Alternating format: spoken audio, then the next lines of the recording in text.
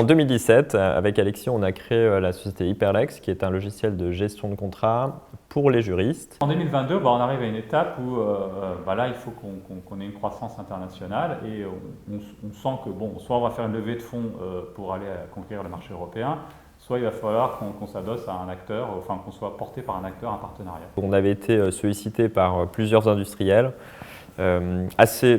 un grand nombre, plus de quasiment 9 industriels, et qui souhaitaient savoir si on était à vendre et à combien.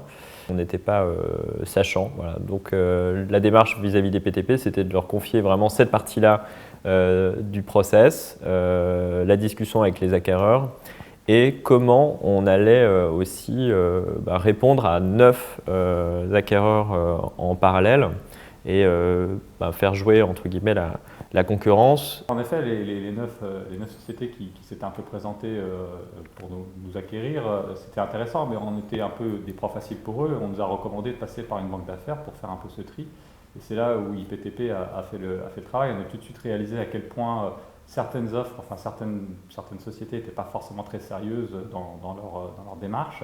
Et ça nous a fait gagner énormément de temps, notamment pour justement sélectionner les principales qui avaient vraiment quelque chose d'intéressant à proposer.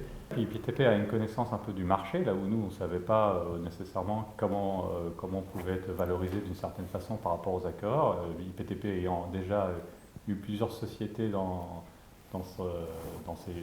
son deal flow, avait une meilleure compréhension de comment nous présenter.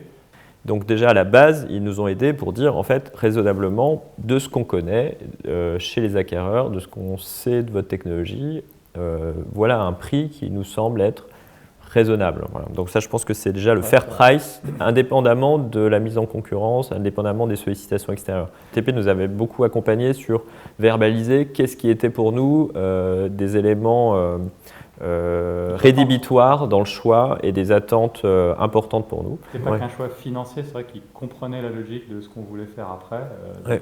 Et on était eux-mêmes entrepreneurs, ils savaient aussi ce qu'on cherchait. Et ils nous ont plusieurs fois rappelé qu'est-ce que vous voulez, quelle est votre vocation, enfin qu'est-ce que vous voulez faire après. Ça c'était important et ça nous a aussi guidés sur on va pas prendre juste l'offre du premier gars qui se présente avec un montant mais qui derrière va tout péter dans la société. Eux, ils étaient dédiés à ce processus-là. Ils gardaient le rythme, ils gardaient l'agenda, ils faisaient progresser les discussions. Là où je pense qu'à plusieurs moments, on aurait peut-être même pu perdre des acquéreurs tout à fait, des partenaires tout à fait importants et pertinents, juste parce qu'on les délaissait en termes de rythme. Et eux ont refusé certaines offres sans même nous en parler, puisqu'ils jugeaient que ce n'était pas du tout, enfin c'est très éloigné de ce qu'ils estiment être le fair price.